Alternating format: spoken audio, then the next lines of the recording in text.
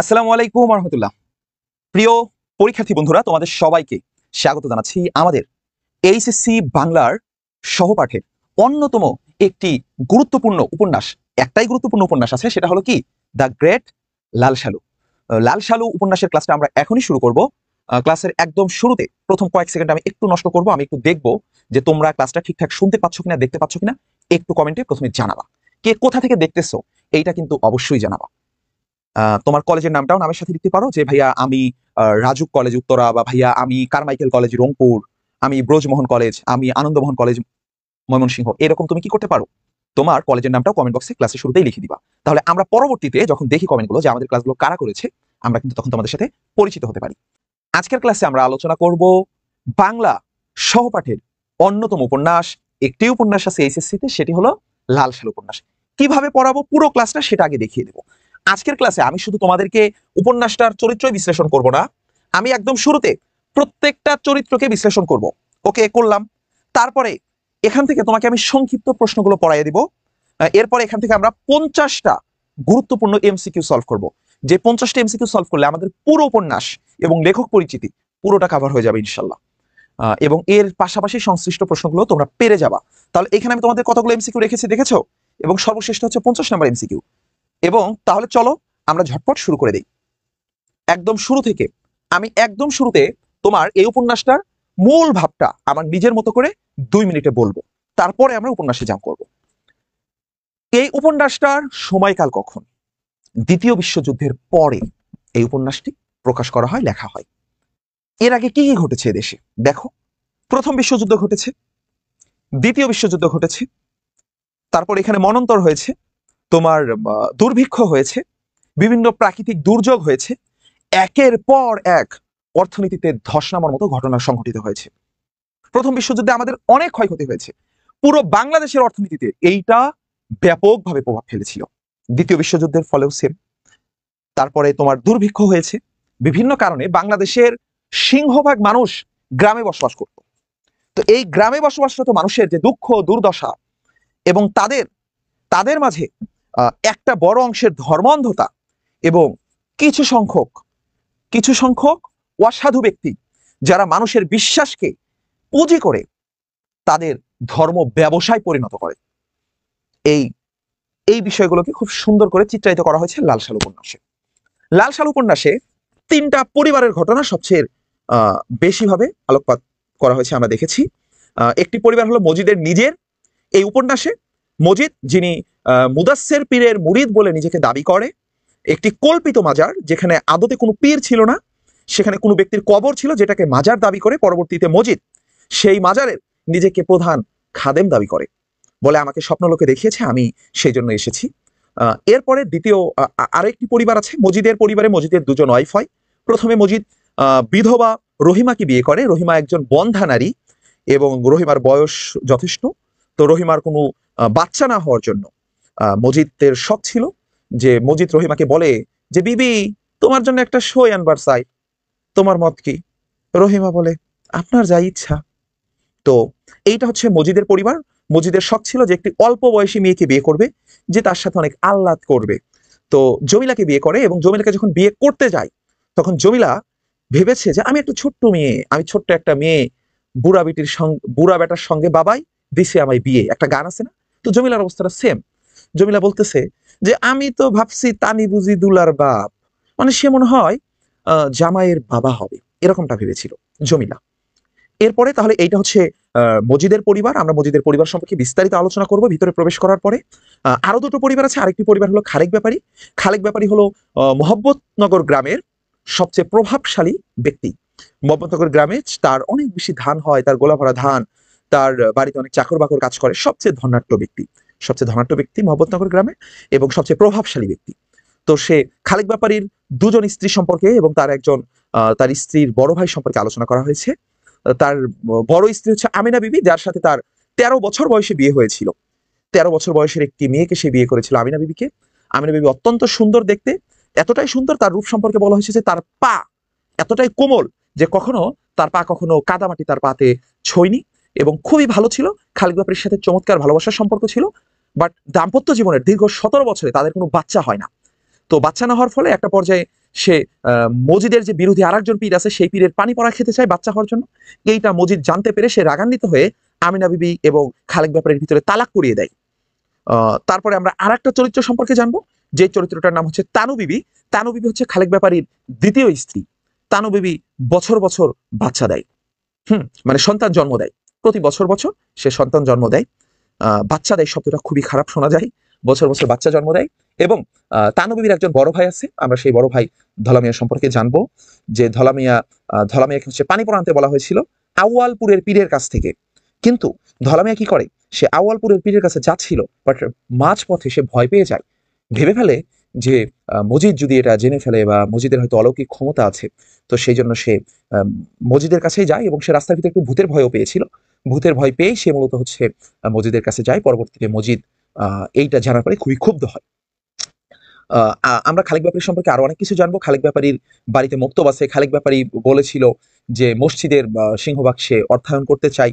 খালেক ব্যাপারী গ্রামে অনেক অনুদান দেয়। এরপরে আরো একটি পরিবার আছে, যেই পরিবারে তারা 3টা ভাই, একটা বোন এবং তাদের বাবা মা, এবং বোনের একটা ছোট্ট ছেলে আছে। ছোট্ট ছেলেটার নাম হলো হাসুনি। তাহলে হাসুনির মায়ের নাম কি হবে? হাসুনির মায়ের আছে 3 ভাই। হাসুনি কিন্তু একটা ছেলে। হাসুনির মায়ের আছে কয়টি ভাই? 3টি ভাই, তাহের, কাদের এবং রতন।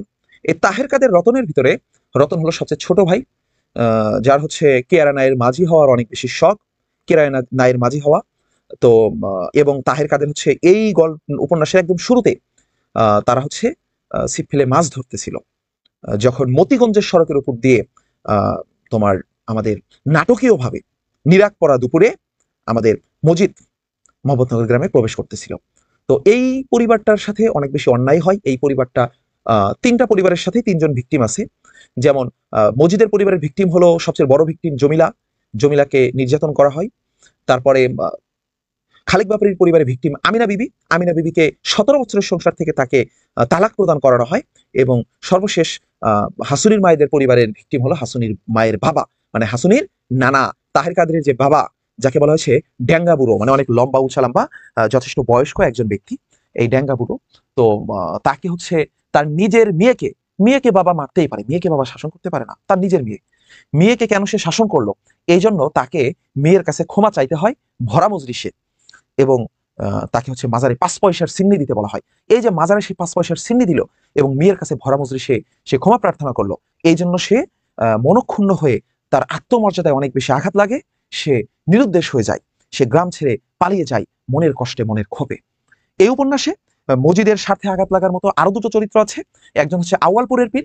আউয়ালপুরের পীর যখন আসে, তখন আশেপাশের গ্রামের সব মানুষজন আউয়ালপুরের পীরের কাছে যাচ্ছিল।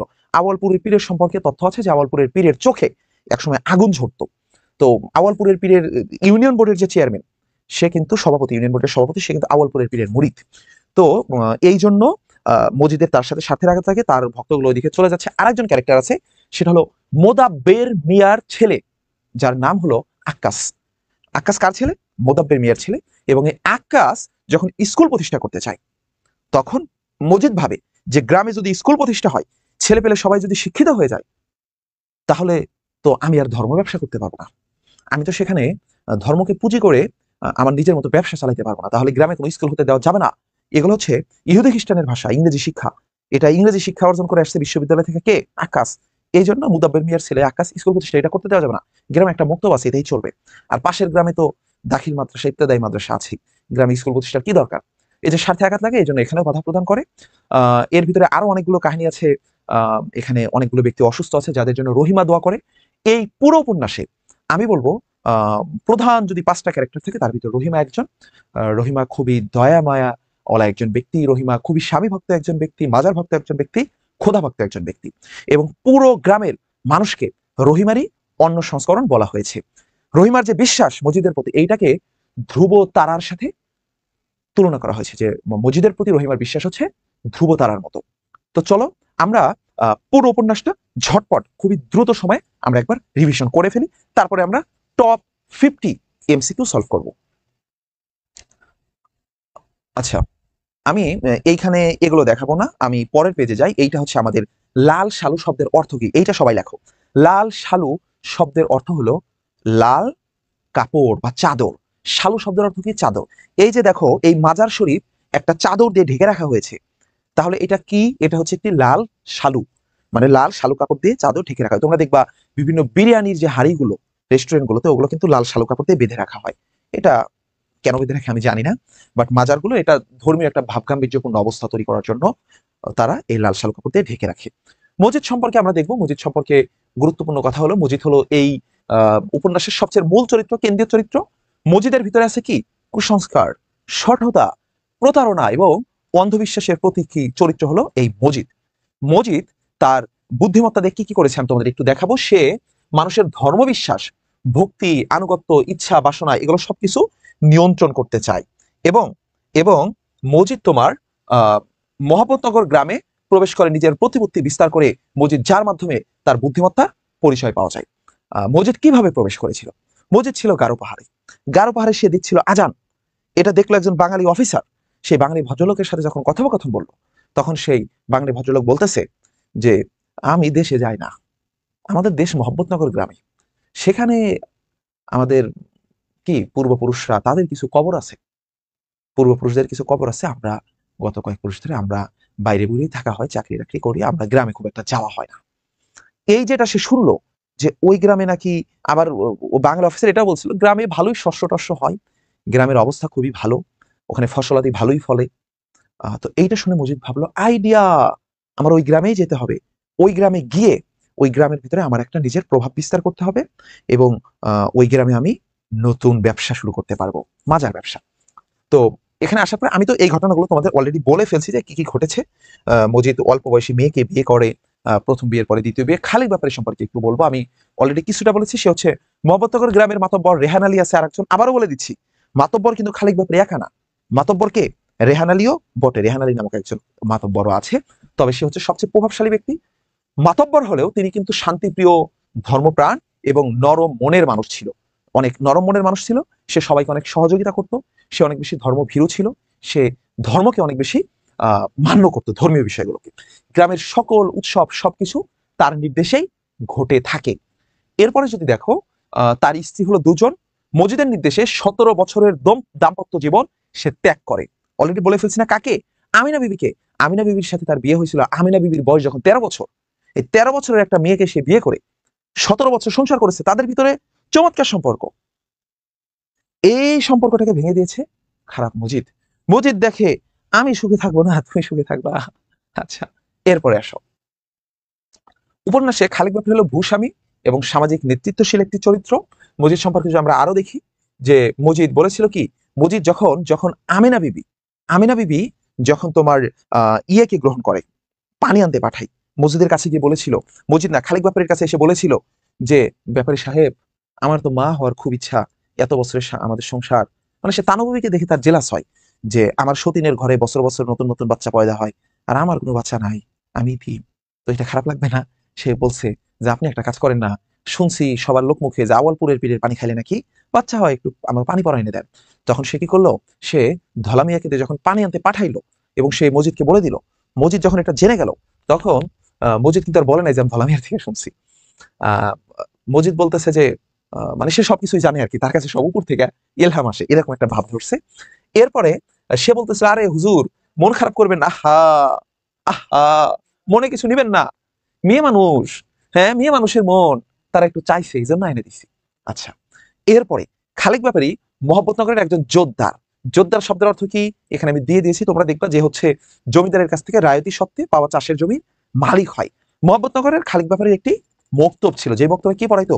মসজিদ হুজুর পড়াইতো। পরবর্তীতে মসজিদ নির্মাণে খালিক ব্যাপারী একাই 12 আনা বহন করতে চায়। 12 আনা মানে বুঝছো, মানে একটা কাজের সে বলতেছে যে আমি একাই 75% দিয়ে দিব, মানে 16 আনার ভিতরে আমি কত আনা দিব? বলছে যে হাজেরানি মজলিস, আপনাদের কাছে আমার একটা আরজি আছে। এই মসজিদের কার্যক্রমে আমাকে আপনারা 12 আনা দেওয়ার সুযোগ প্রদান করে ধন্য করবেন, এইটা আমার একটা আরজি আপনাদের কাছে। মানে সে কি চাই? সে থ্যাঙ্কস বস, সে চায় যে এটা একটা মহৎ কাজ, গ্রামে একটা মসজিদ হবে, সেই মসজিদে হাজারানি মজলিস, আমার আরজিটা আপনারা রাখবেন, আমি যেন এই মসজিদ নির্মাণে পরিপূর্ণভাবে আমার নিজের জায়গা থেকে অবদান রাখতে পারি। মানে 12 আনা আমি একাই নির্মাণ খরচ বহন করতে চাই, আপনারা আমাকে সুযোগটা দিবেন। আস্থা। এই যে এখানে আর একটা কথা আছে, বিস্তর জমি জমাও ঠেস দিয়ে রাখতে পারেনি তার স্থূল দেহটা, খালেক ব্যাপারীকে বোঝানো হয়েছে। আচ্ছা, এবার হচ্ছে তাদের দুজনের মাঝে সম্পর্ক। মোহাম্মদনগর গ্রামে প্রবেশ করার পরে মজিদ কি করছিল জানো?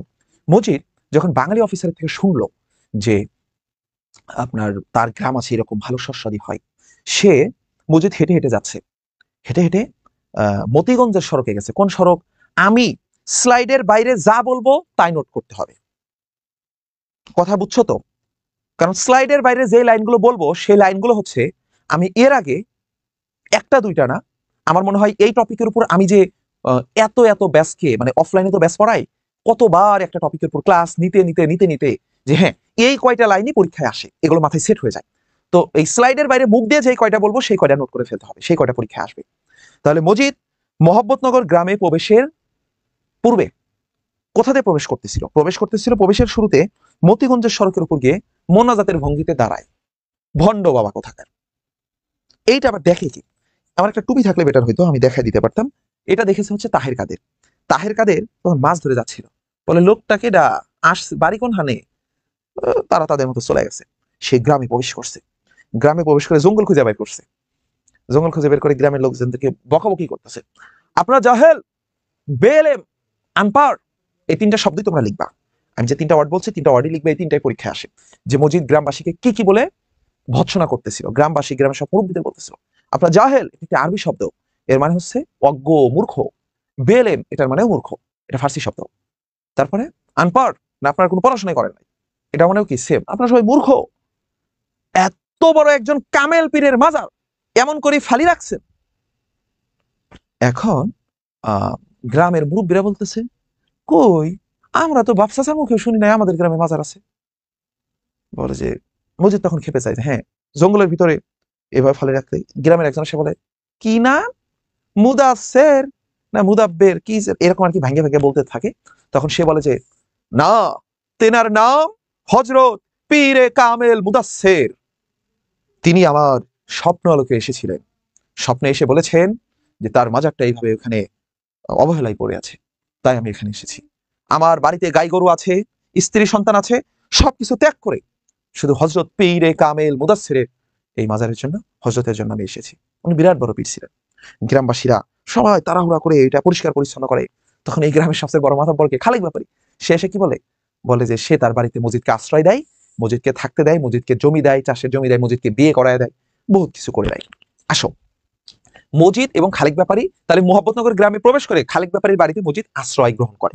মোহাম্মদনগরে এসে মজিদ খালেক ব্যাপারীর সঙ্গে একটা ঘনিষ্ঠ বন্ধুত্ব সম্পর্ক গড়ে তোলে এবং মাতব্বর খালেক ব্যাপারীর সাথে স্বার্থের গাঁটছড়া বেঁধে তাহের কাদেরের বাবাকে পাগল বানিয়ে নিখোঁজ করে দেয়। ওই যে বলছি তাহের কাদেরের বাবা যে হচ্ছে ড্যাঙ্গা বুড়ো, যে হচ্ছে নিজের মেয়েকে মেরেছিল, এই জন্য তাকে ভরা মজলিসে ক্ষমা চাইতে বাধ্য করা হয় এবং এক পর্যায়ে ভদ্রলোক গ্রাম থেকে পালিয়ে যেতে বাধ্য হয়। এখানে আছে তানু বেবি। এই তানু বেবির হচ্ছে দেখো কতগুলো বেবি, এত চমৎকার। এখানে মিলছে না, মেলে নাই। আমরাও 5 ভাই বোন, এখানেও 5 পিসি আছে। তবে এই যে প্রতি বছর এই ওয়ার্ডটাই বই আছে, মানে এই ভদ্রলোক, হ্যাঁ ভদ্রলোক হচ্ছে সৈয়দ আলিউল্লাহ, ভেরি হ্যান্ডসাম গাই, বিয়ে করছিল একজন ফরাসি লেডিকে। তো তার ওয়ার্ড গুলো দেখো কি চমৎকার ওয়ার্ড ইউজ করছে। প্রতি বছর আস্ত আস্ত সন্তান জন্ম দেয় কে? তানু বিবি। আরে বাবা, আস্তে আস্তেই তো জন্ম দেবে, ভাঙ্গা ভাঙ্গা জন্ম দেবে নাকি? তাহলে এইটা আবার আমিনা বিবির সহ্য হয় না। দেখছো মুখে হাসি, দেখছো এক পিস থেকে আর এক পিস একটু ছোট, ধরো এটা 250 গ্রাম, এটা এটা হচ্ছে হাফ কেজি, এটা 1.5 কেজি, এইটা 1 কেজি, এইটা 1.5 কেজি। তো এইগুলো হচ্ছে তাদের অবস্থা ছিল। তো এইটা দেখে আমিনা বিবির আর ভালো লাগে না। কার ভালো লাগে না?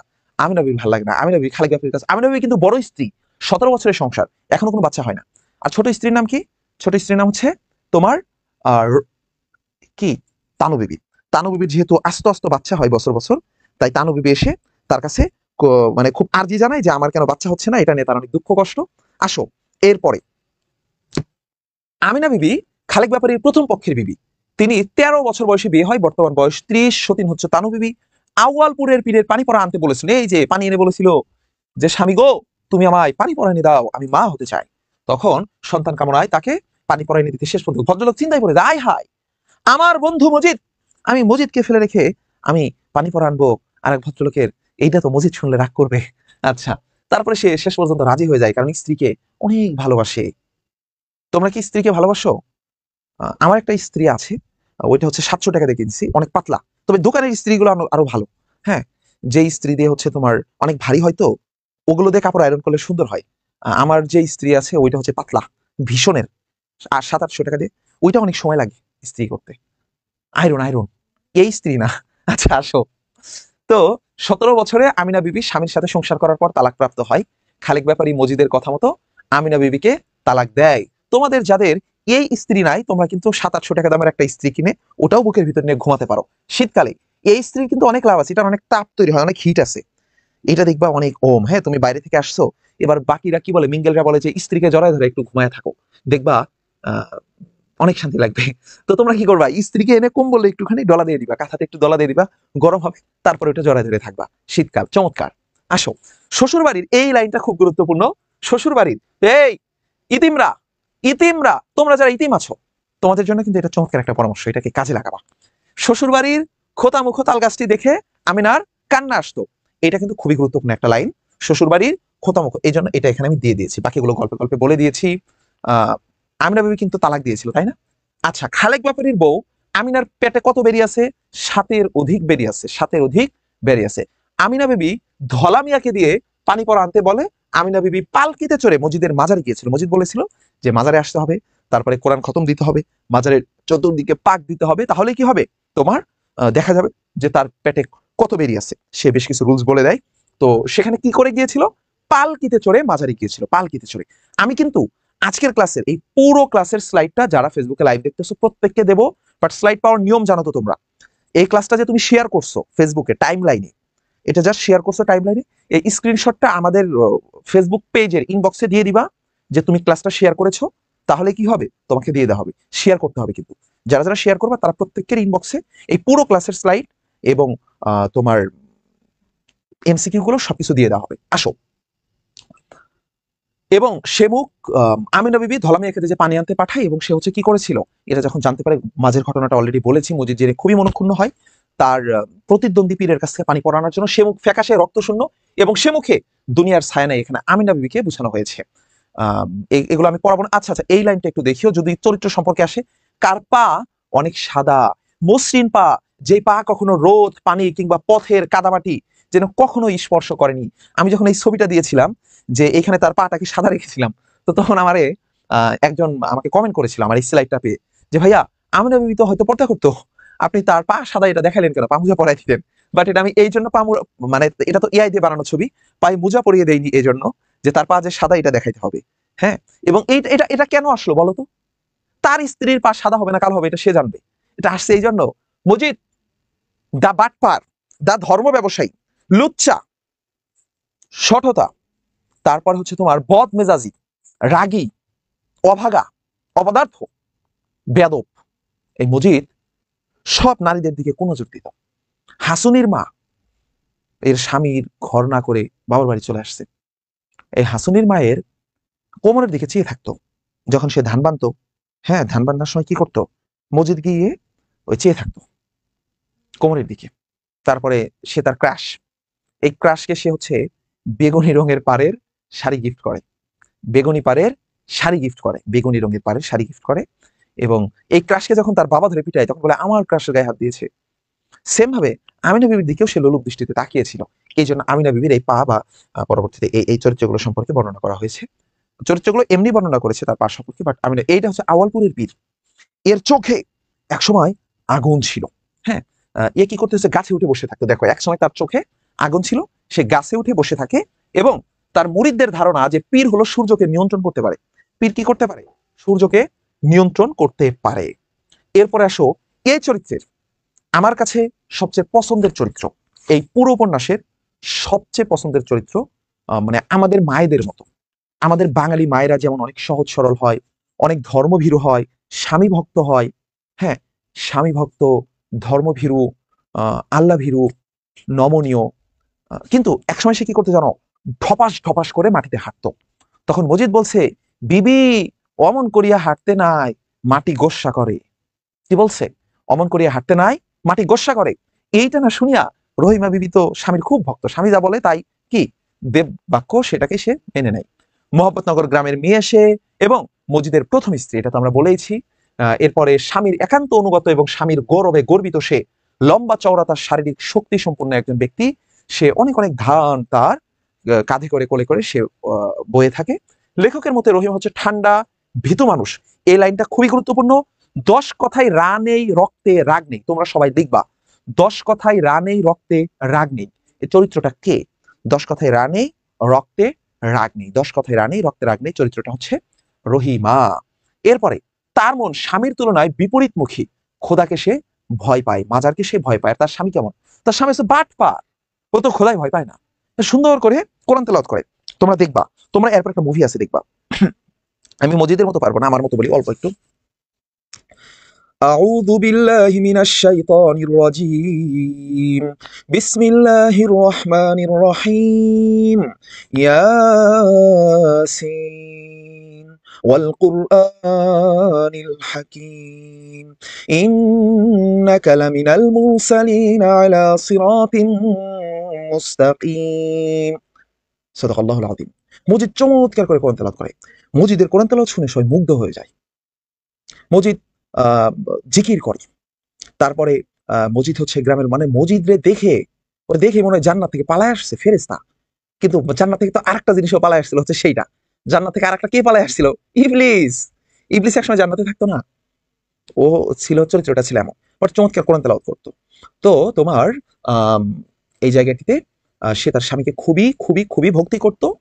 সে খোদাকেও ভয় পেত, কিন্তু তার ঠিক বিপরীত হলো তার স্বামী। সে খোদাকে ভয় পাইতো আর তার স্বামী হচ্ছে খোদারে নিয়ে ব্যবসা করতো। আচ্ছা, মানে খোদার বাণীগুলোকে নিয়ে সহজ সরল ধর্মভীরু একটা চরিত্র। রহিমা মাজারের দোয়া করে মানব জাতির জন্য, শান্তি কামনা করে ছনুর বাপের জন্য, আর করুণা কামনা করে খেতানির মায়ের জন্য। বাপ বাপ, আমি এটা তোমাদের প্রত্যেককে আমি এটার জন্য সময় দিব, সবাইটা লিখবা নিজের খাতায়। যদি খাতা হাতের কাছে না থাকে কমেন্ট বক্সে লিখতে পারো, পুরাটা লেখা লাগবে না। হ্যাঁ, পুরাটা না, জাস্ট এইটুকু লিখবা, দোয়া সমান মানব জাতি। মানে রহিমা কার জন্য কি করে, রহিমা কার জন্য কি করে এটা কমেন্ট বক্সে লিখবা। লিখবা দোয়া ইকুয়াল মানব জাতি, এটা সবাই কমেন্টে লিখবা। শান্তি কামনা ইকুয়াল সোনুর বাপ, করুণা কামনা ইকুয়াল খেতানির মা, আর রহমত কামনা ইকুয়াল নৌকা নিয়ে যারা নদীতে মাছ ধরছে, অর্থাৎ মাঝি। তাহলে রহিমা এই যে 4টা-5টা কাজ করে, রহিমা মাজারে দোয়া করে কাদের জন্য? মানব জাতির জন্য দোয়া করে। মানে এগুলো কিন্তু অনেকটা কনফিউজিং, তাই না? তোমরা অনেকে এটা কনফিউজ হয়ে যায়, এই জন্য আমি এই লাইনগুলো দিয়েছি এখানে। মানব জাতির জন্য মাজারে দোয়া করে, শান্তি কামনা করে সোনুর বাপের জন্য, আর করুণা কামনা করে খেতানির মায়ের জন্য, রহমত কামনা করে নৌকা নিয়ে যারা নদীতে মাছ ধরতে যায়, অর্থাৎ মাঝি, তাদের জন্য। মজিদের সঙ্গে গ্রামবাসীর যোগসূত্রকারী চরিত্র হিসাবে যে চরিত্রটি সাদৃশ্যপূর্ণ হয় সেটা হলো রহিমা। মানে রহিমা হচ্ছে একটা ব্রিজ, গ্রামবাসীর সাথে মজিদের সকল প্রকার যোগাযোগের একটি মাধ্যম। আচ্ছা, এবং শুধু তাই নয়, এই পুরো গ্রামবাসী হচ্ছে রহিমারই একটি অন্য রূপ। রহিমার অন্য রূপ মানে কি? রহিমার বিশ্বাস তার স্বামীর প্রতি ধ্রুবতারার মতো, এবং পুরো গ্রামবাসীও মজিদকে এইরকমই বিশ্বাস করে। রহিমার চোখ যেভাবে দেখে পুরো গ্রামবাসী সেইভাবে দেখে। আচ্ছা, এরপরে আসো, যদি আমি পরের পৃষ্ঠাতে যাই, রহিমার আরো একটি ছবি দিয়েছি। তার আনুগত্য হলো ধ্রুব তারার মতো অনর, তার বিশ্বাস হলো পর্বতের মতো অটল, এবং মজিদের প্রতি রহিমার অচঞ্চল আস্থা তুলনা করা হয়েছে ধ্রুব তারার সাথে। এরপরে যদি দেখো, তবু মুহূর্তের পর মুহূর্ত মূর্তির মতো দাঁড়িয়ে থাকে রহিমা, রহিমা দাঁড়িয়ে থাকে। এরপরে আসো ভাইয়া, ও যখন হাঁটে তখন মজিদ চেয়ে চেয়ে দেখে, এখানে ও হলো রহিমা, এখানে ওটাকে রহিমা। শক্তিমত্তা ও নারীর উজ্জ্বল পরিষ্কার চোখে ঘনায়মান ভয়ের ছায়া দেখে মজিদ খুশি হয়। কার চোখে? রহিমার চোখ। কুপির আলোয় চকচক করে তার মস্ত কালো চোখ জোড়া, এটা কার চোখ জোড়া? রহিমার চোখ জোড়া। এরপরে আসো, সে খোদাকে ভয় পায়, মাজারকে ভয় পায়, স্বামীকে ভয় পায়। এখানে কে ভয় পায়? রহিমা ভয় পায়। এরপরে আসো, আমরা এই গল্পের সবচেয়ে পকিগাল ছোট্ট পিচ্ছি জমিলাকে নিয়ে পড়বো। জমিলার সাথে কি ঘটেছিল? হ্যাঁ, সেই গানের মতো যে ছোট্ট একটা মিয়া বুড়া বেটার সঙ্গে বাপের দিছে তারে বিয়া। দেখো, হ্যাঁ, thank you thank you thank you, তোমরা অনেকে এগুলো লিখেছো যে রহিমা কার জন্য কি করে, রহিমা কার জন্য কি করে, তোমরা এটা লিখেছো আমি দেখতে পাচ্ছি। আমি একটুখানি দেখবো, বলবো যে কে কি লিখেছো। করুণা করে খেতানির মায়ের জন্য, ওকে, রহিমা। রহিমা কই গেল? রহিমা হারিয়ে গেছে। আসো, এরপরে আমরা জমিলাকে নিয়ে বলবো। দেখছো কি চমৎকার সুন্দর একটা মেয়ে, তার সাথে বিয়ে হয়েছে এই দাদুর। তবে দাদুর এখানে আমি বাচ্চা বানাই দিছি। আচ্ছা, তাছাড়া মানাবে না। দেখো, নায়ক মজিদের দ্বিতীয় স্ত্রী, এখানে আমি লিখে দিয়েছি কি, নায়ক মজিদের দ্বিতীয় স্ত্রী, একমাত্র প্রতিবাদী নায়িকা চরিত্র।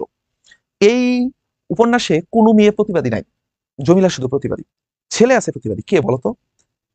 আচ্ছা, একটা চরিত্র আছে, অনলি একটা চরিত্র, যে হলো মজিদের অলৌকিক ক্ষমতায় অবিশ্বাস করে। সবাই কিন্তু বিশ্বাস করে, একজন অবিশ্বাস করে।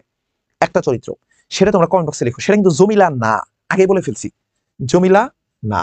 এবং এটা কেন সেটা আমি ব্যাখ্যা করে দিবে। এটা প্রশ্ন থাকলো, এই উপন্যাসে একটা চরিত্র যে মজিদের অলৌকিক ক্ষমতায় অবিশ্বাস করে। যে মজিদ যে বলেছিল যে আমার কাছে কোনো কিছুই অজানা নয়, তার কাছে কোনো কিছুই অজানা নয়, মানে পীরের কাছে, আমি পীরের কাছে সব জানতে পারি।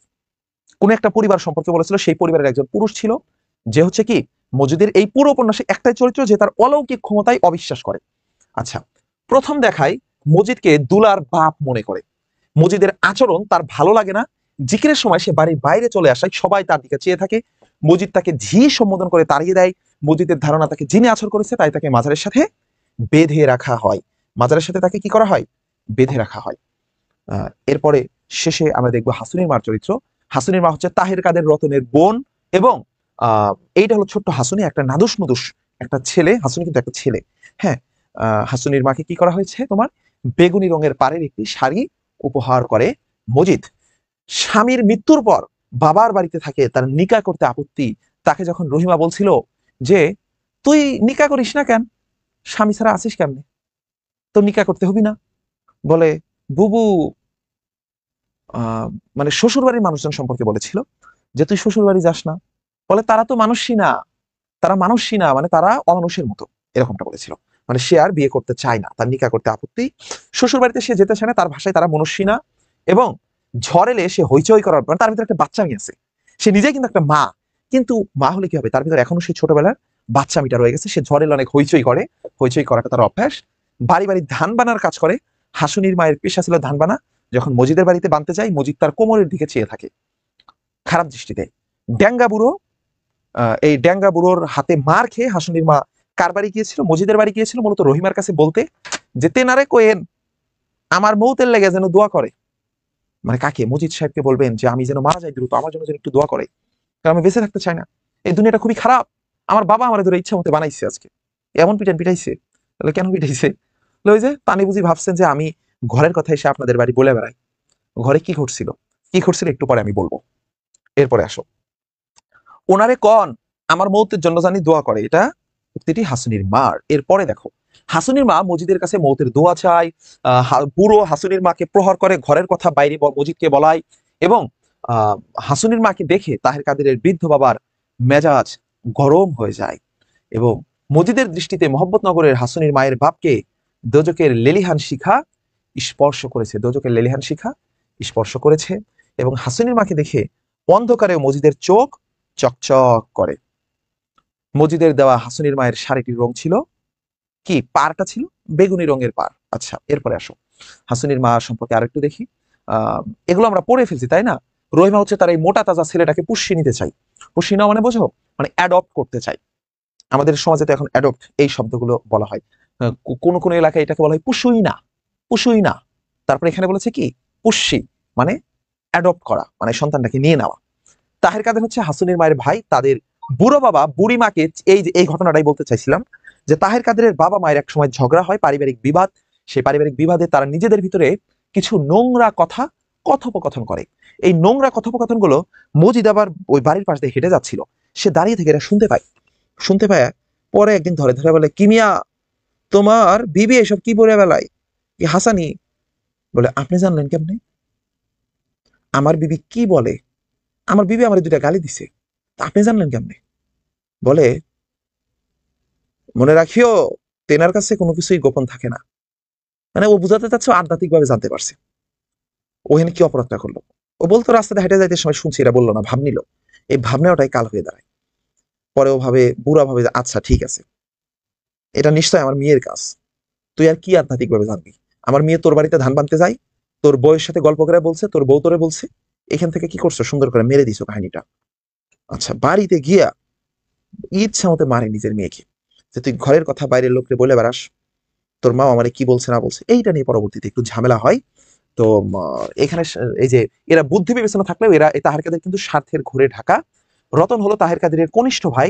এবং এরপরে আমরা একটু বুড়ো বাবাকে নিয়ে দেখবো। তাহের কাদেরের বাপ আহ আহ বুড়ো, নামবিহীন চরিত্র, মানে এই চরিত্রের নামটা এখানে দেওয়া নেই, বদরাগী এবং জেদি একটা মানুষ। শিকারীর সুচাগ্র একাগ্রতা তাহেরের চোখে ছিল, ওই যে তাহের যখন মাছ ধরতে ছিল একদম উপন্যাসের শুরুতে। তারপরে আমরা দেখবো তার 3 ছেলে 1 মেয়ে, মেয়ের হাসিনীর মা। তার ছেলেদের মাঝে সে মজিদের আধ্যাত্মিক শক্তিতে অবিশ্বাসী ছিল, একমাত্র ব্যক্তি। বউয়ের সাথে সবসময় ঝগড়া করে, বউকে অকথ্য ভাষায় গালাগাল করে, বউ তাকে কুৎসিত ভাষায় গালাগাল করে। এবং মতিগঞ্জের সড়কের কাছে এসে পড়ে তাহেরদের নৌকা। শুরুতে তাহের কাদের ছোট ভাই রতন হলো কেরায় নায়ের মাঝি হতে চায়, হ্যাঁ, এটা তার স্বপ্ন, এটা তার ড্রিম। মজিদ মোহাম্মদনগরে তাহের কাদের বাপকে শয়তানের খাম্বা বলেছে, যে এই একটা শয়তানের খাম্বা। শয়তানের খাম্বা বলেছে কাকে? তাহের কাদের বাবাকে। এবং ভেতরে তার ক্রোধের আগুন জ্বলছে, বাইরে যত ঠান্ডাই থাকুক না কেন তাহের কাদের বাপকে, এই বুড়োকে বোঝানো হয়েছে। দোজকের লেলিহান শিখা তাকে স্পর্শ করেছে। কার কথা বলা হয়েছে? তাহের কাদের বাবা সম্পর্কে বলা হয়েছে। তাহলে তাহের কাদের বাবা সম্পর্কে দুটো কথা বলছে। একটা বলছে হচ্ছে যে দোজকের লেলিহান শিখা তার স্পর্শ, এটা কে বলতো? এটা মজিদ বলে বেড়াইতো, কারণ সে তার শক্তিকে অবিশ্বাস করছে, আধ্যাত্মিক শক্তিকে, এবং তাকে শয়তানের খাম্বা বলতো তাহের কাদের বাপকে। এখানে আরো বেশ কিছু কথা আছে, কিন্তু আমি স্লাইডে দিয়ে দেবো, তোমরা পড়ে নিবা। আমি তারপরে যাবো। অবশ্য এটা হচ্ছে আক্কাস মিয়া, হ্যাঁ, এটা হলো আক্কাস। আক্কাস হলো মোহাম্মদনগর গ্রামে স্কুল প্রতিষ্ঠা করতে চায়। আক্কাস কি করতে চায় মোহাম্মদনগর গ্রামে? আক্কাস মিয়ার হাতে কি? খারাপ জিনিস, ঠান্ডা। তাহলে দেখো, আক্কাস হলো মোহাম্মদনগর গ্রামে স্কুল প্রতিষ্ঠা করতে চায়। গ্রামের শিক্ষিত যুবক, সে ইংরেজি পড়েছে, ইংরেজি পড়াশোনা করছে। তার বাবার নাম হলো মুদাব্বের মিয়া। তার বাবার নাম কি? মুদাব্বের মিয়া। কিন্তু গ্রামে স্কুল প্রতিষ্ঠা হতে দিবে না কে? মজিদ। মজিদ তখন বলে যে কি মিয়া, তোমার বেটা এগুলা কি শুরু করছে? বলে হুজুর, আমি এত বলি, আমার কথা শোনে না। আচ্ছা, তখন এই জন্য মুদাব্বের মিয়া নিজেও কি করে? স্কুল প্রতিষ্ঠায় বিরোধিতা করে, কোনো প্রকার অনুদান দেয় না। আক্কাসের বাবা মুদাব্বের মিয়ার যখন রাগ ওঠে, তখন সে তোতলাই, কথা বলতে পারে না, বুঝছো নাকি? এরপরে দেখো, আমরা যদি তার পরের চরিত্রে যাই, এইখানে আমরা সবগুলো পড়ে ফেলছি, এগুলো আমাদের পড়া শেষ। আমরা আর এগুলো পড়বো না, হ্যাঁ। আমরা এখন চলে যাব কোথায় জানো? এখন চলে যাব এমসিকিউতে। এখন আমরা চলে যাব এমসিকিউ অংশে। তোমরা রেডি? তোমরা রেডি? ক্লাস দেখতেছে 205 জন না 206 জন, তোমার ওখানে একজন দেখাবে কেন? রেডি তোমরা? বলো। আমি এমসিকিউ শুরু করবো। আজকের ফার্স্ট এমসিকিউ, চাঁদের অমাবস্যা কার লেখা? ফার্স্ট এমসিকিউ, তোমরা সবাই অ্যান্সার করো। চাঁদের অমাবস্যা কার লেখা? চাঁদের অমাবস্যা কার লেখা? অ্যান্সার করো। চাঁদের অমাবস্যা কার লেখা?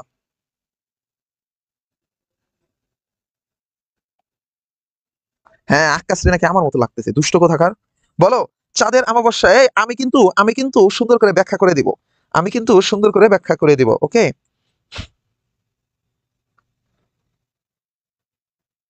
বলো। হ্যাঁ, ওকে। তোমরা দেখো, চাঁদের অমাবস্যাটা কার লেখা? অবশ্যই সৈয়দ আলিউল্লাহর লেখা, আমরা যেহেতু তার উপন্যাসই পড়তেছি। এরপরেরটা, সৈয়দ আলিউল্লাহ কত খ্রিস্টাব্দে জন্মগ্রহণ করেন? এইটা তোমরা অ্যান্সার করো। ঝটপট অ্যান্সার করতে হবে, ঝটপট অ্যান্সার করতে হবে। আমরা মাগরিব নামাজের আগেই ক্লাসটা শেষ করে দেবো, ঝটপট অ্যান্সার করবা। সৈয়দ ওয়ালিউল্লাহ কত খ্রিস্টাব্দে জন্মগ্রহণ করেন? সৈয়দ ওয়ালিউল্লাহ কত খ্রিস্টাব্দে জন্মগ্রহণ? হাসুনি সুন্দর আছে, তোর কি হয়েছে? হাসুনি যে সুন্দর আছে, তুমি হাসুনিরে নিয়ে কি করবা? একজন আবার এসে কমেন্ট করছে, মাহিরা বলছে সিরাজগঞ্জের কেউ আসো? এরা কমেন্ট বক্সে ভোটাভুটি করতেছে। আমি আছি সিরাজগঞ্জের, এখন নাই, এখন ধানমন্ডিতে ক্লাস নিচ্ছি। আমিও সিরাজগঞ্জে, কিছু বলবা? কমেন্ট বক্সে এসব করিও না। সবাই হাত তুলতেছে, আমরা সিরাজগঞ্জের। দেখো, ইয়েস, ইয়েস। একের ঘ হবে 1,00,00,000% শিওর, থ্যাংক ইউ। দুইয়ের 1922 খ্রিস্টাব্দে, 1922 খ্রিস্টাব্দে সৈয়দ আলিউল্লাহ জন্ম। সৈয়দ আলিউল্লাহ কিন্তু অনেক স্মার্ট ছিল। তার লেখা দেখে ভাবিও না সে গ্রামে খুব ছোটখাটো কোনো একটা কাজ করে গ্রামেই রয়ে গেছে, এমনটা না। সে পৃথিবীর বিভিন্ন দেশ ঘুরে বেড়াতো, অনেক শিক্ষিত একজন মানুষ ছিল, অনেক স্মার্ট একজন মানুষ ছিল। বাংলাদেশের স্বাধীনতা যুদ্ধ চলাকালে, এটা একটা নির্মম কাহিনী, যে স্বাধীনতা যুদ্ধ চলাকালীন সময়ে উনি বাংলাদেশের হয়ে কাজ করতেছিল, এবং উনি বাংলাদেশের হয়ে কাজ করতে করতে উনি মারা যায়। হুম, উনার 71 সালেই মৃত্যু হয়। তাহলে না না, ওয়েট, এটা সৈয়দ আলিউল্লাহ না, অন্যজনের কথা মিলাই ফেলছি, তাই না? সৈয়দ আলিউল্লাহ না। সৈয়দ আলিউল্লাহ 1971 সালের মুক্তিযুদ্ধ চলাকালে কোথায় ছিলেন? তিনি কোথায় ছিলেন? চট্টগ্রামে ছিলেন। বলতো, এটা কি ঠিক আছে? এটা ঠিক আছে? 71 সালের মুক্তিযুদ্ধ চলাকালীন সময়ে সৈয়দ ওয়ালিউল্লাহ কোথায় ছিলেন? মুক্তিযুদ্ধ চলাকালীন সময়ে সৈয়দ ওয়ালিউল্লাহ কোথায় ছিলেন বলো। এবং উনি উনি মারা গিয়েছিলেন কত সালে? দুটোই তোমরা বলবা। 22 সালে জন্মগ্রহণ করেছে, মারা গিয়েছেন কবে বলো? বলো বলো বলো, আমি তোমাদেরকে জাস্ট 20 সেকেন্ড করে সময় দিব এক একটার জন্য।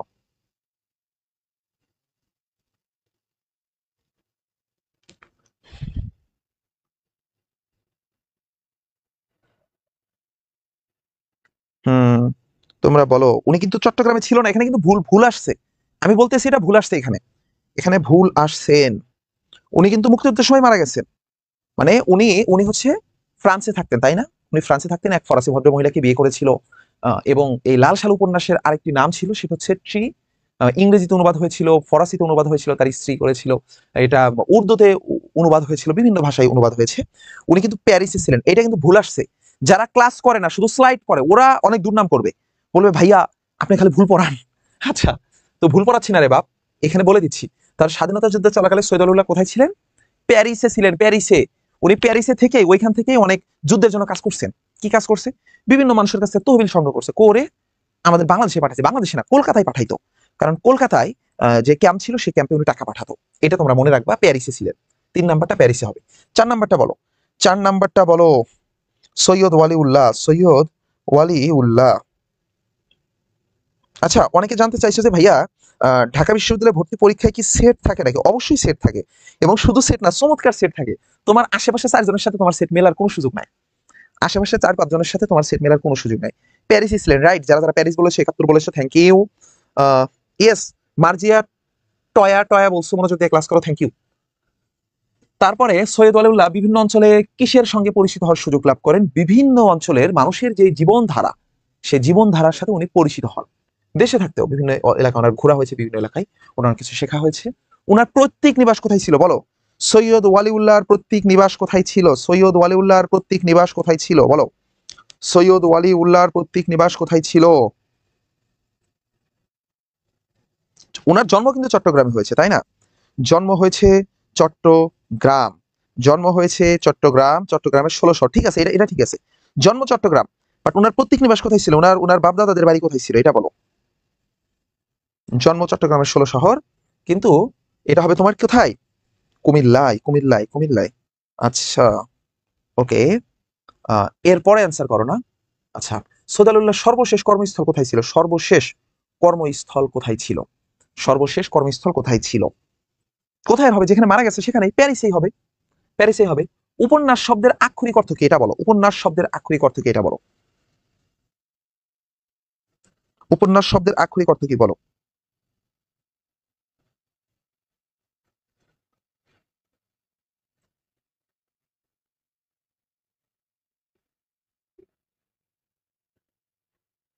হ্যাঁ, আচ্ছা আচ্ছা, অনেকে কুমিল্লা বলতেছো, তাই না? এটা কিন্তু আমারও এটাই মনে হচ্ছে যে ওনার হচ্ছে মানে কুমিল্লা নোয়াখালী তো আগে এক সময় পাশাপাশি ছিল। যেমন তোমরা যারা হচ্ছে ইয়েতে পড়েছো যে ওটা সমতট ছিল, but এটা তো অত আগের কথা না, এটা তো নোয়াখালী হওয়ার কথা রে। আমি কি এটা কুমিল্লায় দিয়ে দিছি? এটাও ভুল, এটাও ভুল সিলেক্ট হয়েছে। এটা নোয়াখালী হবে, নোয়াখালী হবে, নোয়াখালী হবে, নোয়াখালী হবে, কুমিল্লা হবে না। আমি এটা আসছে, এটা ঠাস করে বলে চলে গেছি, যে রিডিং করে ফেলছি। এটা কি হবে? এটা নোয়াখালী হবে, এটা নোয়াখালী হবে, আমি কনফিডেন্ট এটা নোয়াখালী হবে। তোমরা এটা নোয়াখালী দিবা, হ্যাঁ? এটা কিন্তু কেউ কুমিল্লা দিও না। এত ভুল আসলে কেমন হবে? এটা প্যারিস হবে, এটা ঠিক আছে। 7 নাম্বারটা দেখো।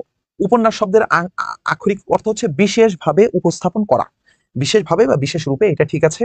লাল সাল উপন্যাসটি কত সালে প্রকাশিত হয়? এইটা অ্যান্সার করো। লাল সাল উপন্যাসটি কত সালে প্রকাশিত হয় বলো?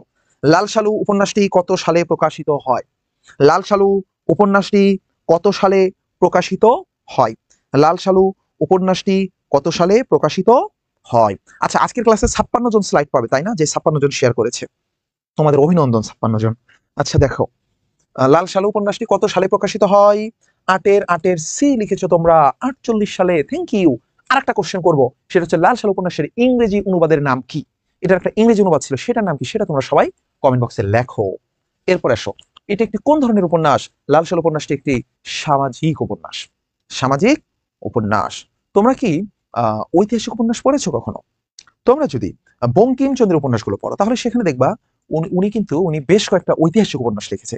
ওনার উপন্যাসগুলো পড়লে তোমরা ইতিহাস সম্পর্কে জানতে পারবা। ওনার উপন্যাসগুলো পড়লে তোমরা রাজপুতদের সম্পর্কে জানতে পারবা। যেমন দুর্গেশ নন্দিনী, এটা ওয়ান কাইন্ডস অফ একটা ঐতিহাসিক উপন্যাসই বটে। হুম, ঐতিহাসিক প্লাস রোমান্টিক। কোনটা? তোমার দুর্গেশ নন্দিনী বাংলা সাহিত্যের প্রথম সার্থক উপন্যাস। কারণ এখানে কিন্তু তোমার রাজপুতদের কাহিনী, বিভিন্ন এসব কাহিনী এখানে ইতিহাস তুলে ধরা হয়েছে। তো এটা কি হবে? এখানে সামাজিক কাহিনী তুলে ধরা হয়েছে অবস্থা, এটা সামাজিক উপন্যাস। তাদের দিল সাচ্ছা খাঁটি সোনার মতো, এটা কাদের দিলের কথা বলা হয়েছে?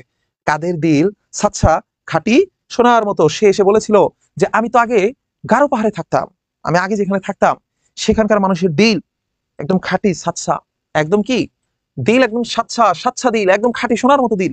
আর আপনারা তো সব জাহেল, আপনারা বেলে, আপনার আনপড়, আপনার খারাপ, এগুলো বলে ভৎসনা করতো।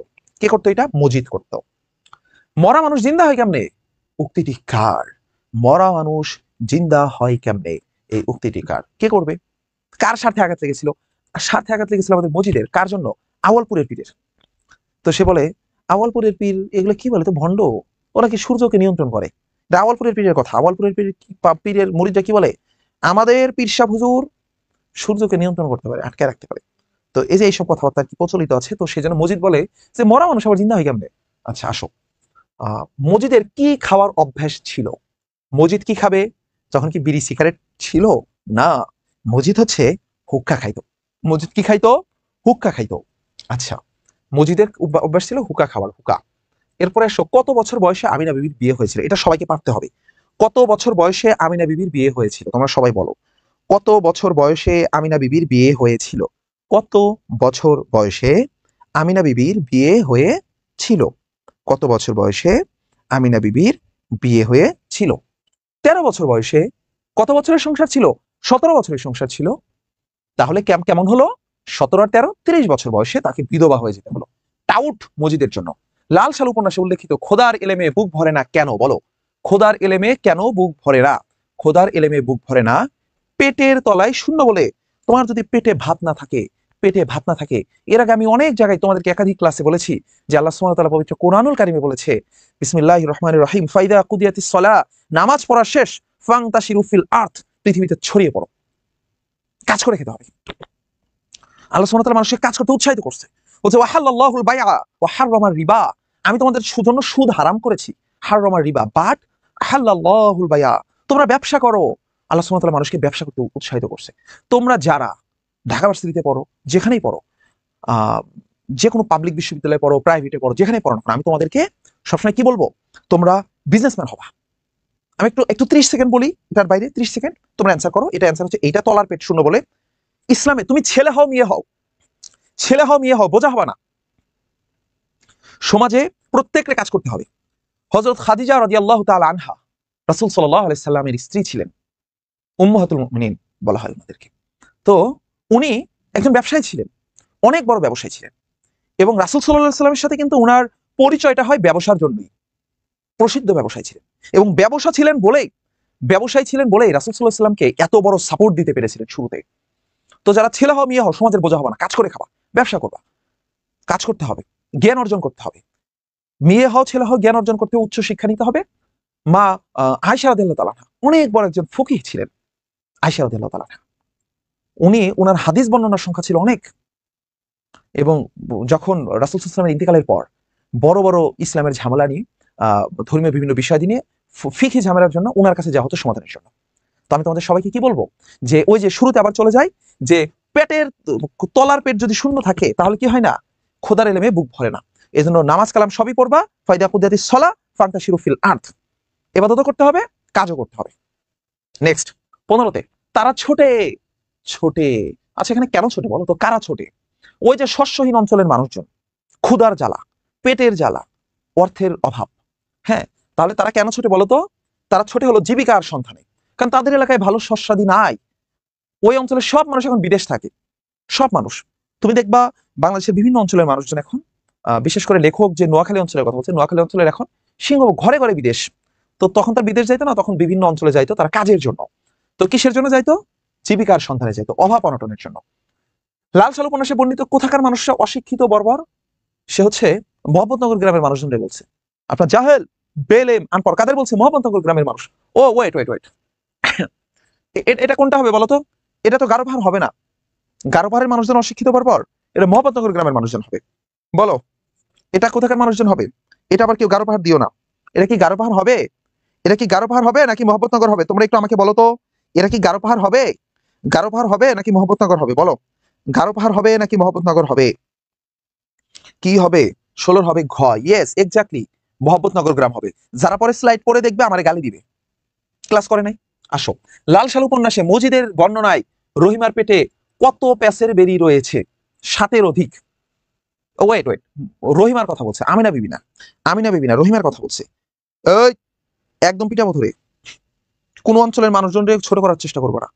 বাংলাদেশের সকল এলাকায় এটা আউট আছে। আরে বেটা, এলাকা তো দূর কি বাত, একই মায়ের গর্ভ থেকে বের হয়েছে দুই সন্তান, সতিনী কোষা। এক ছেলে হচ্ছে কি বিভীষণ, খুবই ভালো ধর্মভীরু, আর একজন রাবণ রাক্ষস। এক মায়ের পেট থেকে দুই ক্যারেক্টার তৈরি হয়। তোমার ফ্যামিলিতেও দেখবা এক ভাই অনেক বেশি ধর্মভীরু, এক ভাই বাটপার, হতেই পারে। তো কোনো অঞ্চলের মানুষকে ছোট করার চেষ্টা করবো না। আসো, এইটা হচ্ছে রহিমার পেট হলো 14 প্যাস। কত প্যাস? রহিমারও কিন্তু বাচ্চা হয় না। তাহলে এই উপন্যাসে দুজন চরিত্র আছে, দুটো চরিত্র আছে যারা কি নিঃসন্তান। নিঃসন্তান একটা হচ্ছে রহিমা আর একটা হচ্ছে আমিনা। আমি দ্রুত যাব। মজিদ আমিনা বিবির চিকিৎসার ভার নিয়েছিলেন কেন? প্রতিশোধের মোহে। আমাকে রেখে আওয়ালপুরের পীরের কাছে যাওয়া হয়, তাই না? আমাকে রেখে, ওকে আমি বুঝাচ্ছি মজা। এই কাজ করছে কে? গ্রামে স্কুল প্রতিষ্ঠা করতে চায় আক্কাস মিয়া। কার ছেলে? মুদাব্বের মিয়ার ছেলে। মুদাব্বেরের ছেলে আক্কাস। মুদাব্বের কি করে? বাধা দেয়। আচ্ছা, আক্কাস গ্রামে স্কুল প্রতিষ্ঠা করতে চাই। সে চোখে বিন্দু মাত্র খোদার ভয় নাই, মানুষের ভয় তো দূরের কথা। কার কথা বলা হয়েছে বলো তো? সে কাউরেই ভয় পায় না। সে অনেক সাহসী একটা বাচ্চা মেয়ে, একটা ছোট্ট মেয়ে। ও ঘুম থেকে উঠে দেরিতে, ও নামাজ পড়তে গিয়ে সেজদায় গিয়ে ঘুমায় যায়। তাহলে যদি প্রশ্ন হয় সিজদায় গিয়ে ঘুমিয়ে যায় কোন চরিত্রটি? সিজদায় গিয়ে ঘুমিয়ে যায় কোন চরিত্রটি? বলো বলো বলো বলো বলো। একটা প্রশ্ন থেকে 10টা প্রশ্ন বের করতে শেখো। সেজদায় গিয়ে ঘুমিয়ে যায় কে? জমিলা। মজিদ কাকে ঝি সম্বোধন করে? আমাদের বাড়ির কাজের মেয়ে, মানে ঝি। কারে বলছে? জমিলারে বলছে।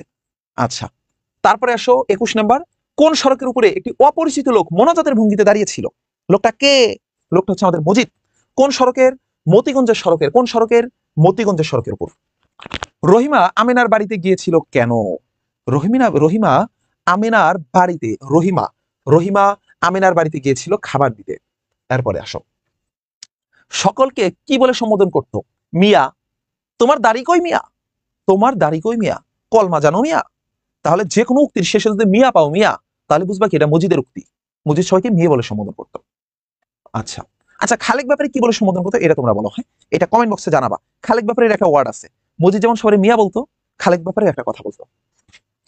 খালেক ব্যাপারীর প্রথম স্ত্রীর নাম কি হবে? আমিনা বিবি হবে। ও, এত ভুল করে লাইছে। এটা আমিনা হবে। আমিনা আমিনা আমিনা। এটা আমার অপারেটর ধরে কি করা উচিত বলো? ঘুমায় ঘুমায় স্লাইড আমি বলছি এই অ্যানিমেশন গুলো অ্যাড করে দাও। আমি অ্যান্সার দিছি, একটা শেয়ার করছে। এটা অ্যান্সার করো। এটা কি হবে? খালেক ব্যাপারীর প্রথম স্ত্রী। আমি এগুলো ঠিক করে দেবো, ঠিক করে তারপর পিডিএফ দেবো। কি হবে? আমিনা বিবি হবে। খালেক ব্যাপারীর প্রথম স্ত্রীর নাম কি? আমিনা বিবি। জমিলা তো হচ্ছে মজিদের দ্বিতীয় স্ত্রীর নাম। খালেক ব্যাপারীর প্রথম স্ত্রীর নাম কি? আমিনা বিবি। মজিদ কোন দৃষ্টিতে ধান কাটা দেখে? মজিদ, এই যে যখন সবাই ধান কাটতেছিল, মজিদ কোন দৃষ্টিতে দেখো বলো তো? মজিদ কোন দৃষ্টিতে দেখে বলো? মজিদ কোন দৃষ্টিতে দেখে যখন সবাই ধান কাটতেছিল? মজিদ মজিদ মজিদ। আচ্ছা, কেউ কি বলো নাই? কেউ বলো নাই? খালেক ব্যাপারী সবাইকে কি বলে সম্বোধন করে? কেউ বলো নাই? আচ্ছা, এটা হচ্ছে সে দৃষ্টিতে চেয়ে থাকে। আচ্ছা, তারপরে 126 নাম্বার। আমাদের আর মাত্র 24টা এমসিকিউ আছে, ঠাস করে 10 মিনিটের ভিতর হয়ে যাবে। মজিদের মতে মানুষের মধ্যে বিদ্যমান ভয়ানক বস্তু কোনটি? এদের মধ্যে কোনটা থাকে? এদের ভিতর ভয়ঙ্কর ভাবে রসনা থাকে, বিবেকবোধ তো এটা আচ্ছা, মধ্যে বিদ্যমান কোন বস্তুটি থাকে না? মজিদের মধ্যে কি বিবেকবোধ ছিল? বিবেকবোধ ছিল? ছিল না। ওর ভিতরে রসনা থাকে। কি থাকে? রসনা থাকে, রসনা। কলমা জানো মিয়া? মজিদ এটা কাকে বলছিল? বলেছিল কলমা জানো মিয়া। কলমা জানো মিয়া, এটা কাকে বলেছিল বলো? 27 নাম্বারটা বলো। 27 নাম্বারটা বলো। তোমার খাতনা হয়েছে মিয়া? এই মিয়া, তোমার খাতনা হয়েছে? এটা দৈরা খাতনা করে দিছে। বয়স্ক মানুষ, সে মিটি মিটি হাসে আর বলে আল্লাহর ভয় নাই। আবার হাসতেছে। হাসি অফ, হাসি বন্ধ। দেখো, কলমা জানো মিয়া এইটা। আচ্ছা, কলমা জানোস না বেটা? বেটা বেটা কি বলছে? বেটা বলছে হচ্ছে খালেক বেটা, খালেক ব্যাপারী, খালেক ব্যাপারী। ওকে, 26-এর 26, 27 বলো বাপ, 27 বলো, 27। 26-এ সি বলছো? আচ্ছা, বিবেকবোধ ছিল না যদি বলে কি নাই? নাই কি বলো তো? মানে এদের ভিতরে এদের মধ্যে কিন্তু ওই রকম বিবেকবোধটি ছিল না, তাই না? বিদ্যমান বড় ভয়ানক বস্তুটা হচ্ছে বিবেকবোধ। আচ্ছা, এখানে দিয়েছে, এটা হয়েছে। আমি ওটা ঠিক করে দেবো, আমি স্লাইডে ঠিক করে দেবো। ওকে, 27-এর কি হবে? 27-এর তাহেরের বাপকে, তাহের কাদেরের বাপকে, বৃদ্ধকে এবং কি বলে তাকে শাস্তি দিয়েছিল। শাস্তি জানো? মেয়ের কাছে ক্ষমা চাওয়া এবং কয় পয়সার সিন্নি দেওয়া। এটা কমেন্টে লেখো। হ্যাঁ, কয় পয়সার সিন্নি দিতে বলছে? আমি ক্লাসের শুরুতে বলে দিছিলাম। মজিদের কথা অনুযায়ী আক্কাসের বদ মতলব কোনটি? আক্কাস কি করে বলো? আক্কাস হচ্ছে স্কুল প্রতিষ্ঠা করতে চাই। এটা একটা বদ মতলব, এটা ভালো মতলব না। এরপরে দেখো, আকাশে কি বলছিল? তোমার দাড়ি কই মিয়া? উপন্যাসে বিদ্রোহী চরিত্রে কার আবির্ভাব ঘটে? বিদ্রোহী, যে বিদ্রোহ করে, যে মুখে থুতু ফেলে দেয়। মজিদের মুখে থুতু ফেলেছিল কে? জমিলা, দ্য গ্রেট জমিলা, সে মুখে থুতু মেরেছিল। এরপরে আসো, লাল সালু উপন্যাসে প্রধান চরিত্র কোনটি? লাল সালু উপন্যাসে প্রধান চরিত্র হচ্ছে মজিদ পীর, আবার কে হবে? আচ্ছা, এরপরে আসো, ধলামিয়া মজিদের কাছে গিয়েছিল কেন? ধলামিয়া মজিদের কাছে গিয়েছিল তোমার এই যে পানি পড়া আনতে, যে আওয়ালপুরের পীরের কাছে সে পানি পড়া আনতে যাচ্ছিল। পরে কি বলে, হুজুর আওয়ালপুরের পীরের কাছে গিয়ে আর কি লাভ হইবে, তার সে বড় পীর তো আপনি, আপনিই পানি পড়া দেন, আপনার পানি পড়া দিয়েই কাজ হয়ে যাবে। তো এটা শুনে মজিদের খুব খারাপ লাগে। তার মানে আমার উপরে অবিশ্বাস করে ওই পীরের কাছে পাঠাইছিল, বুঝাচ্ছি মজা। 17 বছরের সংসার দিব ভাঙ্গা।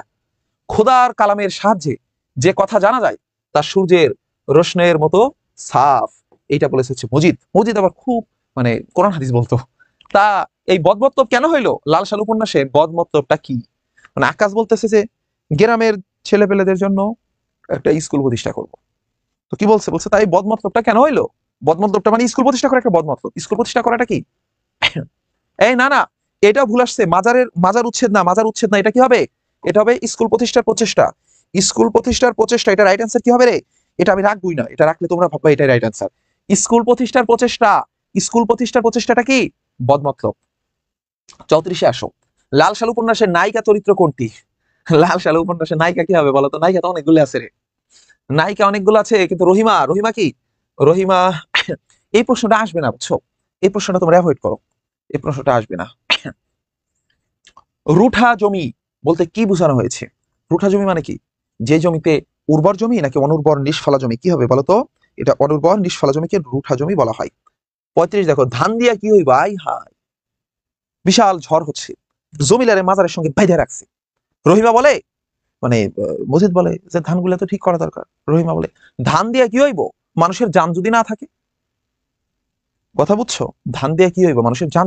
কারণ ইমার্জেন্সি ক্রাইসিসের সময় জীবন বাঁচানোটা সবার আগে ফরজ। জীবন বাঁচানো ফরজ, তোমরা জানো কিনা এটা? মানে তোমাকে প্রায়োরিটি লিস্ট করতে হবে।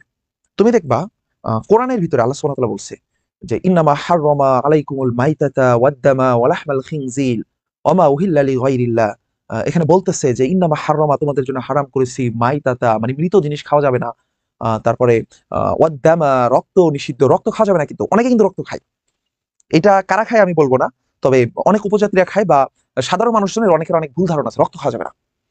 তারপরে ওয়াদ-দামা ওয়া লাহমাল খিনজির, শুকরের মাংস মুসলমানদের জন্য নিষিদ্ধ।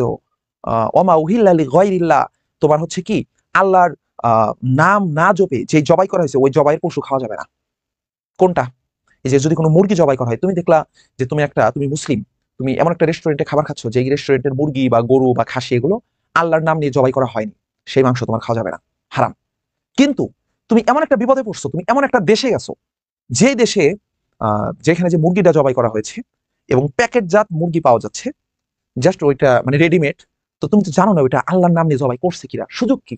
উপায় আছে? উপায় নাই। ওইটা হচ্ছে বিশেষ সময়, তখন তোমার জীবন বাঁচানোর জন্য ওই খাবারটা খেয়ে তোমাকে কি করতে হবে, যে তুমি এখন মুরগি কিনে আনবা, আল্লাহর নাম নিয়ে নিজে জবাই করবা, তারপরে রান্না করে খাবে, এটা তো সুযোগ নাই। তো ওইটা একটা বিষয়। তো আমি এটার সাথে তুলনা করলাম যে মানুষের জীবন বাঁচাইতে হবে, অর্থ সম্পদ দিয়ে কি হবে যদি জান না বাঁচে। 37 নাম্বারটা দেখো, লাল সালু উপন্যাসের উপজীব্য বিষয়টা কি? মানে লাল সালু উপন্যাসে কোন বিষয়টা? এই যে গ্রামীণ সমাজ ব্যবস্থা, ধর্ম ব্যবস্থা কি, এটা কি উপজীব্য বিষয়? মূল উপজীব্য বিষয় কি এটা? না। মূল উপজীব্য বিষয় কি বলতো দেখি? এখানে দুটো জিনিস আছে। এটা কি ধর্ম ব্যবসা হবে? ধর্ম ব্যবসা হবে, ধর্ম ব্যবসা হবে। এটা আমাকে তোমরা শিখিয়ে দাও তো ভাইয়া, মূল উপজীব্য বিষয় কি? মূল উপজীব্য বিষয় কি? মূল উপজীব্য বিষয় কি, ধর্ম ব্যবসা নাকি গ্রামীণ সমাজ? আচ্ছা, এরপরেরটাতে আসো, কৃষকের গীত ও হাসি ভালো না লাগার মধ্যে মজিদ চরিত্রের কোন রূপটি ফুটে উঠেছে? গ্রামীণ সমাজ হবে, রাইট। আমি তো বলেই দিলাম এটা গ্রামীণ সমাজ হবে, গ্রামীণ সমাজ হবে, এখানে ভুল আসছিল। 38 দেখো, 38 শেষ করে দেবো দ্রুত। কৃষকের গীত ও হাসি ভালো না লাগার মধ্যে মজিদের রূপটি ফুটে উঠেছে আধিপত্য হারানোর ভীতি। আধিপত্য হারানোর ভীতি, যে কৃষকরা দেখে আমার কথা শোনে না, ওরা এত হাসির একটা গান গেয়ে গিয়ে ধান কাটতেছে, তো ওরা কি আমার কথা মানে না? খোদার কালামের ভয় করে না? আমিনাকে তালাক দেওয়ার পরামর্শ দেয় কে? কে আবার দেবে? মজিদ দেবে। মজিদ বলবে দেও তালাক, অলক্ষণী মেয়েকে তোমার পরিবারে রাখতে তোমার পরিবারের পুরো আসবে। আওয়ালপুরে মানুষ যায় কেন? আওয়ালপুরের মানুষ যায় হচ্ছে এই পীর সাহেবের পদচুম্বন করতে, পীর সাহেবের পায়ে একটু চুমু দিতে, বুঝছো? আচ্ছা, এটা মজিদের খুব খারাপ লাগে। মজিদ খালিক ব্যাপারীকে কি পরামর্শ দেয়? আমিনা বিবিকে তালাক দেওয়ার পরামর্শ দেয়। আমিনা বিবিকে তালাক দেওয়া। গ্রামের মানুষের কাছে মজিদ কেমন মানুষ ছিল বলো? মজিদ গ্রামের মানুষের কাছে কিন্তু সে একজন সুবিবেচক ছিল। গ্রামের মানুষের কাছে কিন্তু সে সুবিবেচক ছিল, সে খুবই ভালো মানুষ। যার যা কিছু হুজুর একটা সমাধান দেন। আচ্ছা, মজিদ কোন গ্রামে প্রবেশ করে? কোন গ্রামে প্রবেশ করবে? মহব্বতনগর গ্রামে প্রবেশ করে। মতিগঞ্জের সড়কের উপর দিয়ে যায় কোথায়? মহব্বতনগর গ্রামে। সর্বশেষ তাহেরের বাবার বিচার সবাই কাঁদে কেন? বিচার সবাই কাঁদে হচ্ছে অপমানিত হয়ে কাঁদে। এরপরে যদি দেখো মধুপুর থেকে গারো পাহাড় কত দিনের পথ? মধুপুর থেকে গারো পাহাড় 3 দিনের পথ। এবং 10 কথায় রা নেই, রক্তে রাগ নেই, এই চরিত্রটা কে? আমি উপন্যাসের একদম শুরুতে বলছি আমার সবচেয়ে প্রিয় ক্যারেক্টার, মাতৃত্বতুল্য ক্যারেক্টার, যে ক্যারেক্টারের ভিতরে আমরা আমাদের মাদের খুঁজে পাই। ধর্মভীরু, স্বামী ভক্ত, খোদা ভক্ত, মাজার ভক্ত, সে হচ্ছে আমাদের দ্য গ্রেট রহিমার যে একটি আনুগত্য, তার একটি নিরীহ ভাব বা তার একটি আনুগত্য, এটা এখানে বোঝানো হয়েছিল। তাকে যাই বলা হোক সে চুপ করে থাকে, কোনো প্রতিবাদ করে না। মহম্মদনগর গ্রামের মানুষদের জাহেল বলা হয়েছে কেন? জাহেল মানে মূর্খ। তারা পীরের মাজার ফেলে দিয়ে রাখছে। এত বড় কামেল পীরের মাজার আপনার ফালি রাখছে, তো জাহেল। সর্বশেষ আসলে সে ঠান্ডা ভীতু মানুষ বলতে লালসাল উপন্যাসে কার কথা বলা হয়েছে? ঠান্ডা ভীতু প্রকৃতির মানুষ হচ্ছে আমাদের রহিমা। ঠান্ডা ভীতু প্রকৃতির মানুষ। ধানের ফাঁকে ফাঁকে সে দৃষ্টি কিভাবে চলে? একে বেঁকে চলে ধানের ফাঁকে ফাঁকে সেই দৃষ্টি। এবং মহব্বতনগর গ্রামের সামাজিক নেতৃত্ব কার হাতে ছিল? খালেক ব্যাপারীর হাতে ছিল। মহব্বতনগর গ্রামে সামাজিক নেতৃত্ব খালেক ব্যাপারীর হাতে ছিল। আমরা শেষ করলাম টপ 50 এমসিকিউ। এই ক্লাসটা কিছুক্ষণ পরে ইউটিউবেও চলে যাবে।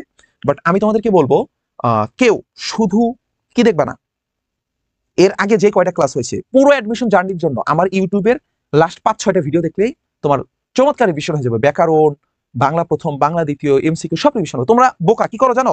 স্লাইড খুলে স্লাইড দেখো। আরে বাপ, স্লাইডে তো ভুল থাকে, বা স্লাইডে তো সব তথ্য থাকে না। কেউ যদি আমার এই স্লাইডটা নিয়ে জাস্ট 50টা এমসিকিউ তেলাওয়াত করে তাহলে কি হবে? না। শুরুতে যে আমি এত কথা বললাম ওই কথাগুলো শোনা লাগবে না?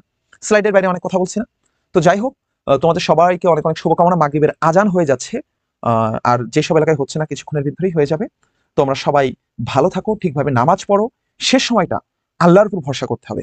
মনে রাখবা, ঢাবিতে পরীক্ষা দিবে 3.5 থেকে 4 লাখ স্টুডেন্ট, সিট মাত্র 6,000, সবগুলো ইউনিট মিলে একদম চ ইউনিট, আইবিএ, ক খ গ ঘ সব মিলে মাত্র 6,000 সিট।